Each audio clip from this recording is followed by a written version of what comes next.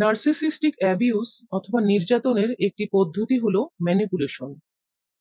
Manipulation সম্পর্কে আজকে আমরা কিছু জানবো। আপনি শুরুতে একজন নার্সিসিস্টের যে ব্যবহার দেখে মুগ্ধ মুগ্ধ হয়েছিলেন, মুখোশের আড়ালে তিনি সম্পূর্ণ অন্য একটি মানুষ। ভয়ঙ্কর, ম্যানিপুলেটিভ, অত্যাচারী একজন ব্যক্তি। এদেরকে অন্ধভাবে বিশ্বাস করার চরম মূল্য আপনাকেই দিতে হয়। এদের একটি বৈশিষ্ট্যগুলোর মধ্যে অন্যতম হচ্ছে ম্যানিপুলেশন অথবা আপনার উপর কন্ট্রোল নেওয়া। একজন নার্সিসিস্ট কিভাবে আপনাকে কন্ট্রোল করতে চায় তার কিছু উদাহরণ। আপনি কি খাবেন, কখন কোন কাজ করবেন, কখন রান্না করবেন, কার সাথে যোগাযোগ রাখবেন, কাকে মেসেজ দিবেন, মেসেজ দিলেও মেসেজে কি লিখবেন, কার সাথে কথা বলবেন, কথা বললেও কি বলবেন, কতটুকু বলবেন, তাকে সামনে রেখেই কথা বলতে হবে। এমনকি আপনার অতি আপনজন মা বাবা ভাই বোনের সাথে কথার বেলাতেও কি উত্তর দিতে হবে সেটি নার্সিসিস্ট ঠিক করে দিবে। তারপর আপনি উত্তর দিতে পারবেন।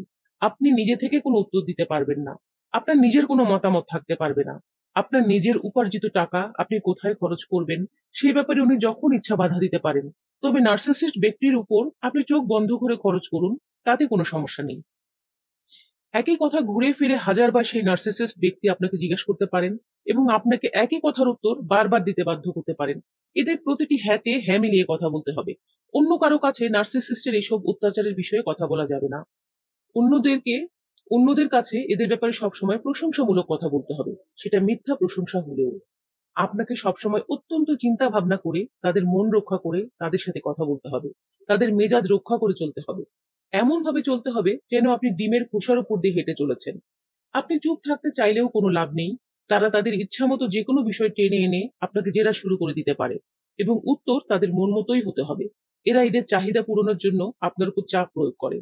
এর অন্যথায় হলে তারা আপনার জন্য শাস্তির ব্যবস্থা করবেন, যেটাকে সাইলেন্ট ট্রিটমেন্ট বলা হয়ে থাকে।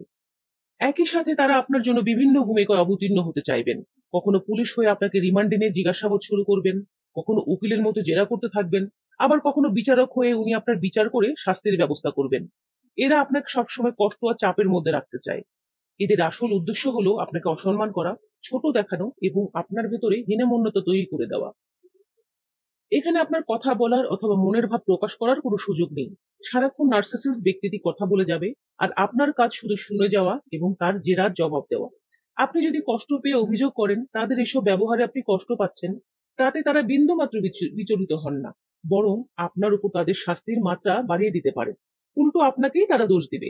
আপনিই নাকি তাদেরকে এই ধরনের আচরণ করতে বাধ্য করেন।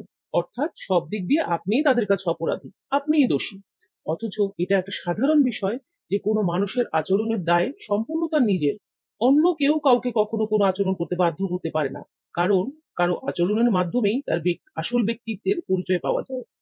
এরা আপনার সাথে এমন আচরণ করবে, আপনি কিছুই জানেন না, কিছুই পারেন না, অথচ তারা সবকিছুর উপর পারদর্শী। সকল বিষয়ে তাদের জ্ঞান অসীম। এরা নিজেদেরকে অতি উচ্চ মর্যাদা সম্পন্ন বিশেষ কোনো ব্যক্তি হিসেবে মনে করে কল্পনার জগতে বাস করে। উনি আপনার উপর কর্তৃত্ব ফলানোর জন্য আপনার কথাবার্তা, চলাফেরা থেকে শুরু করে প্রতিটি পদক্ষেপে আপনার ভুল ধরে সমালোচনা করতে থাকবেন, আপনাকে অপমান এবং ছোট করতে থাকবেন। এটা করে তারা নিজেকে শক্তিশালী মনে করে এবং তারা আশা করে তাদের এই অত্যাচার আপনি বিনা শর্তে চোখ বন্ধ করে সহ্য করে নিতে বাধ্য। তারা আপনার উপর নির্যাতন চালিয়ে পরীক্ষা করে আপনি কতটা নিতে পারেন। আপনি যত সহ্য করে যাবেন তাদের নির্যাতন ততই বৃদ্ধি পাবে। আপনাকে বারবার তাদের কাছে পরীক্ষা দিতে হবে। আপনার সহ্য ক্ষমতা, সততা, নিষ্ঠার পরীক্ষা তারা নিতে থাকে, যে বিষয়গুলো তাদের মধ্যেই অনুপস্থিত।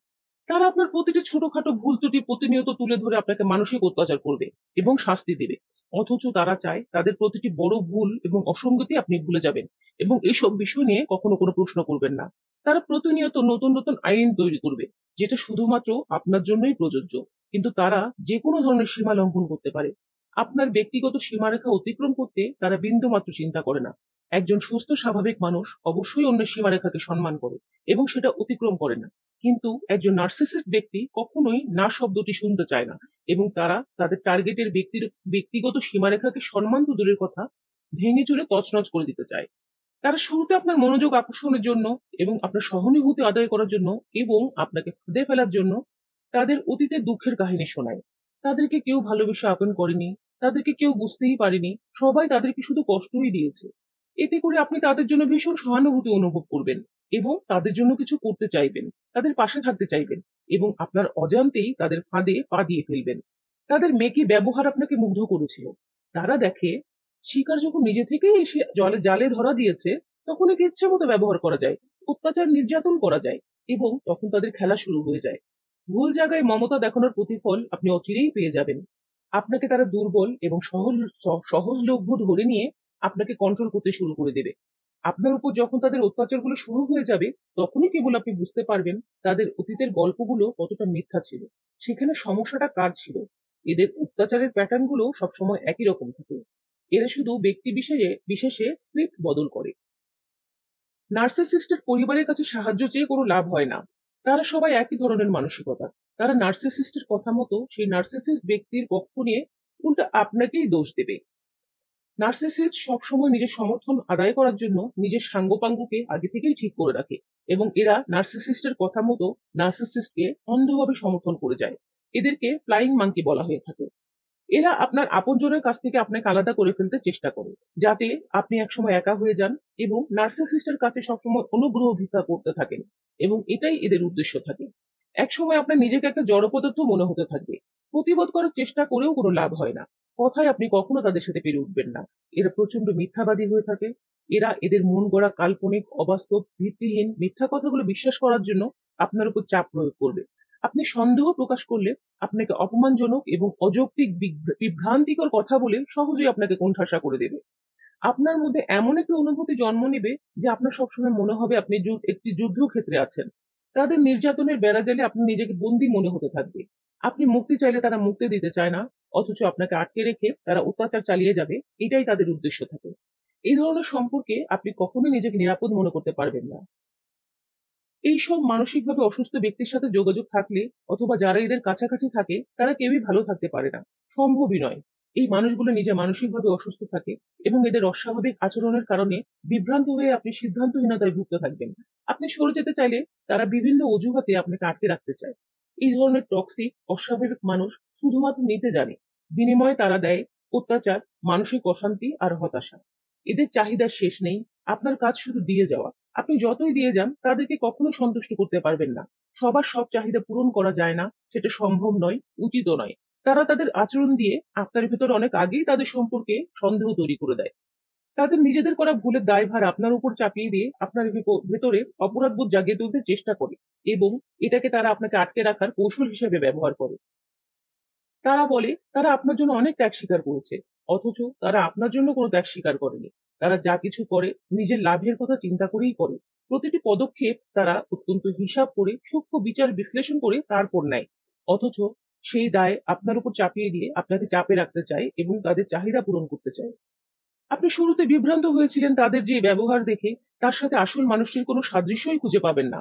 বাইরে তাদের এক চেহারা, আর ভিতরে আরেক। এরা অভিনয় করে, দেখায় যে এরা ভীষণ আবেগী, কথায় কথায় চোখের পানি ফেলতে পারে, কিন্তু ভেতর থেকে এরা হয় আবেগহীন এবং নিষ্ঠুর, এবং অনেক সময় এরা সাইকোপ্যাথিতে আক্রান্ত হয়ে থাকে। এদের কাছাকাছি যারা থাকে, তারাই কেবল এই ব্যাপারটা ধরতে পারে। এদের সাথে যোগাযোগ রাখলে আপনার জীবনে কষ্ট আর হতাশা ছাড়া আর কিছুই অপেক্ষা করবে না। এইসব নার্সিসিস্ট ব্যক্তি কেবল আপনার জীবনকে নরকে পরিণত করতে পারে, আর কিছুই না। কারো ইমোশন অথবা ইগো রক্ষা করে চলার দায়িত্ব নিশ্চয়ই আপনার নয়। আপনি চেষ্টা করেও কখনো তাদেরকে সংশোধন করতে পারবেন না।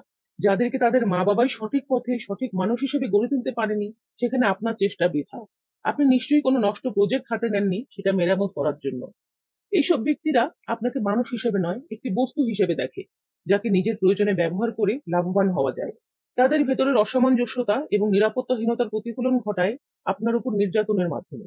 যখন তাদের মেজাজ খারাপ হবে, আপনাকে ছুঁড়ে ফেলে দেবে, অপমান করে, খারাপ ব্যবহার করে আপনার মর্যাদা ধুলিতে মিশিয়ে দেবে, এবং যখন তাদের প্রয়োজন হবে তখন আপনাকে ব্যবহার করবে। আপনার কাজ হলো সবসময় তাদের মেজাজ মর্জির সাথে সমঝোতা করে চলা। এরা নিজেদেরকে ভুলের ঊর্ধ্বে মনে করে, এবং আপনার সবকিছুই যেন ভুল। এরা তাদের করা আচরণের জন্য আপনাকে ক্ষমা চাইতে বাধ্য করে, যেখানে আপনি জানেন আপনিই সঠিক। এদের করা অসামঞ্জস্যপূর্ণ আচরণ, যেমন কোনো মেসেজ অথবা কথা যেটা আপনি সংরক্ষণ করে রেখেছেন, সেগুলো জোরপূর্বক আপনাকে মুছে দিতে বাধ্য করে, যাতে তাদের অসঙ্গতিপূর্ণ আচরণের কোনো প্রমাণ না থাকে। অর্থাৎ তারা যেটা করে সবকিছু জেনে বুঝে সূক্ষ্ম বিচার করেই করে। তাই নতুন পরিচিত কোনো মানুষের মধ্যে সবসময় ভালো কিছু খোঁজার চেষ্টা না করে, যখনই কোনো অস্বাভাবিক আচরণ এবং রেড ফ্ল্যাগ দেখতে পাওয়া যায়, সময় থাকতে সেখান থেকে সরে যাওয়া উচিত। নয়তো এরা আপনার সাথে মাইন্ড গেম খেলে ইমোশনাল ব্ল্যাকমেল করে এমন ভাবে আপনাকে শোষণ এবং নিয়ন্ত্রণ করার জন্য আটকে রাখবে এবং আপনাকে নিঃশেষ করে দিতে চাইবে, আপনি নিজের আপন সত্তাটাকে একসময় হারিয়ে ফেলবেন। এমনকি আপনার সেখান থেকে বের হয়ে আসা কষ্টকর হয়ে দাঁড়াবে। নিয়ন্ত্রণ কখনোই ভালোবাসা নয়। এই সহজ সত্যটা যখন আপনি উপলব্ধি করতে পারবেন, তখনই সবকিছু আপনার কাছে সহজ হয়ে যাবে। নিয়ন্ত্রণ কখনো ভালোবাসা নয়। এই সহজ সত্যটা যখন আপনি উপলব্ধি করতে পারবেন, তখনই সবকিছু আপনার কাছে সহজ হয়ে যাবে।